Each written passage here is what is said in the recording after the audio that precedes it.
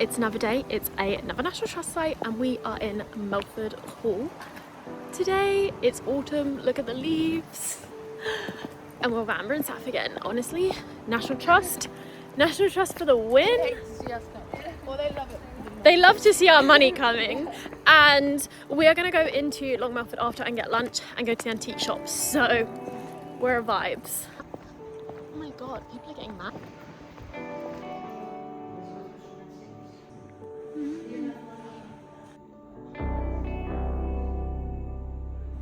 One of these fireplaces one day. This is flax, which is linen, and that is your Facebook status. You're an unmarried lady.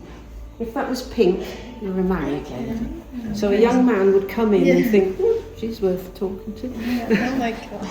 Young lady, and you have to show that you're.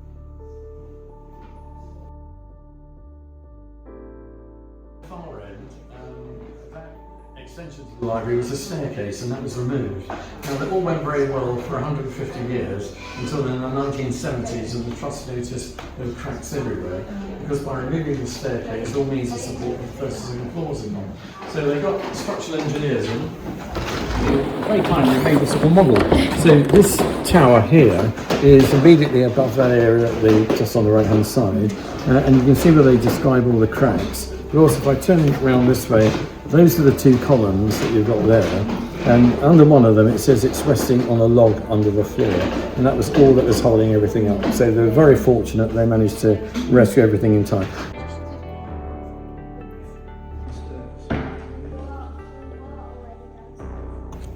It was put together in the early 1700s by the owner for his new bride.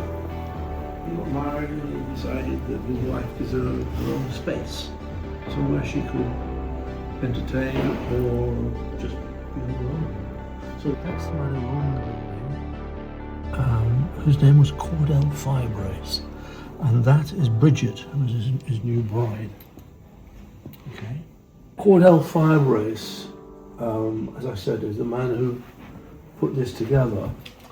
And this bureau was given to somebody in the village to refurbish, a dealer in the village.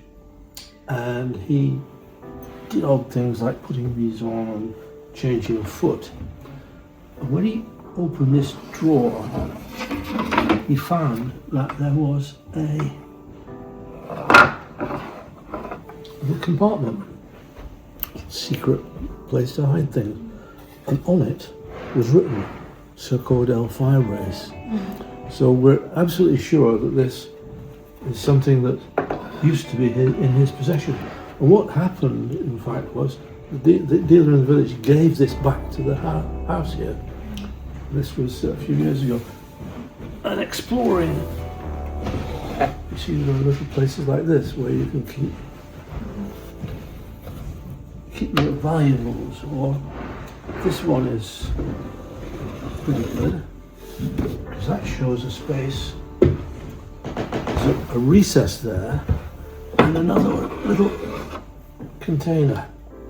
And on the container, it says £16, 10 shillings, which is what we think Cordell Firebrace must have paid for this whole thing back in the 1700s.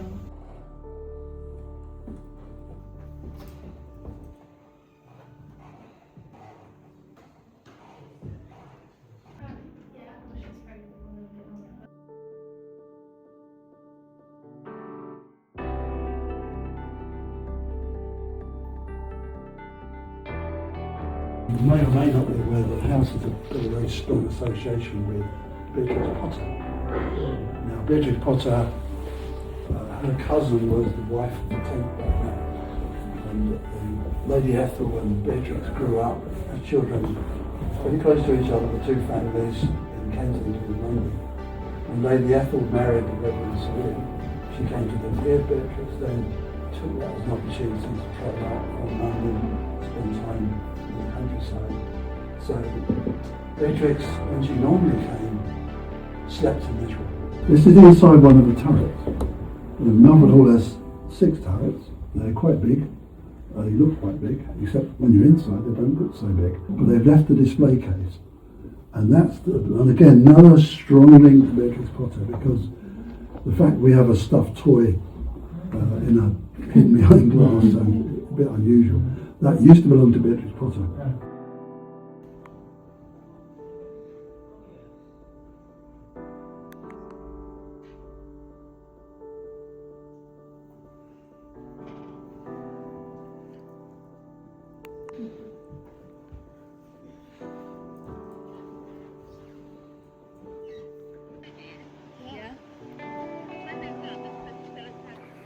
That may have been our quickest National Trust thing, and I tried to do it a bit different this time with keeping a lot of the people who were talking in, and you guys can see over it, because this is such a personal experience. Like, everyone here is so nice. They were telling us and talking to us, so I just thought it was really sweet, and it's so worth coming here. Now we have to go get our pin from the front for the friggin' display. We've come to one of the local pubs, and I literally said to girls, I was like, I need fish and chips. So we're having a very quintessential British day in a quintessential British village. And yeah, so I'm gonna have fish and chips. I'm so excited, I'm so hungry. This is garlic, mushrooms and cheese. We've got the chicken tenders and squid.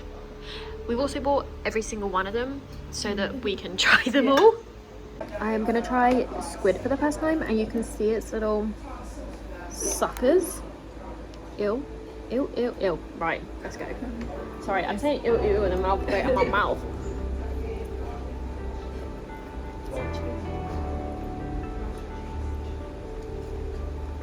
Is it one of the better squid? Do you know what? It's not even a bad flavour, and I like seafood. The thought of it's putting me off. The same way I feel about baby deer, eating deer. Yeah, that's just freaking me out eating it. And now fish and chips, and both of those got chicken. So I'm home, and obviously I haven't gone antique shopping. We sat down for dinner, and I think everything took a lot longer than we thought. We thought we were in the hall for a very short amount of time, but it kind of turns out we were in there for about an hour and a half, which blew our minds. Like, we genuinely thought we were in there 20 minutes. And then obviously we went for lunch at a pub near there, and it was really nice yet again. Like, that's all I've really got to say about that. It was nice, but by the time we finished it was 5 o'clock, and everything closes at 5. Like, we googled it, and so we just hadn't got any time, so we're just gonna do it another day. But it was really nice. This was such a last minute plan as well. And we kind of just spoke about it this morning and went. So it was a really last minute, like, should we go? All right, let's go. But I have a National Trust pass. I don't know if I've ever said that, but like, I have a National Trust card. I get my card every year for Christmas. It's like part of my Christmas present.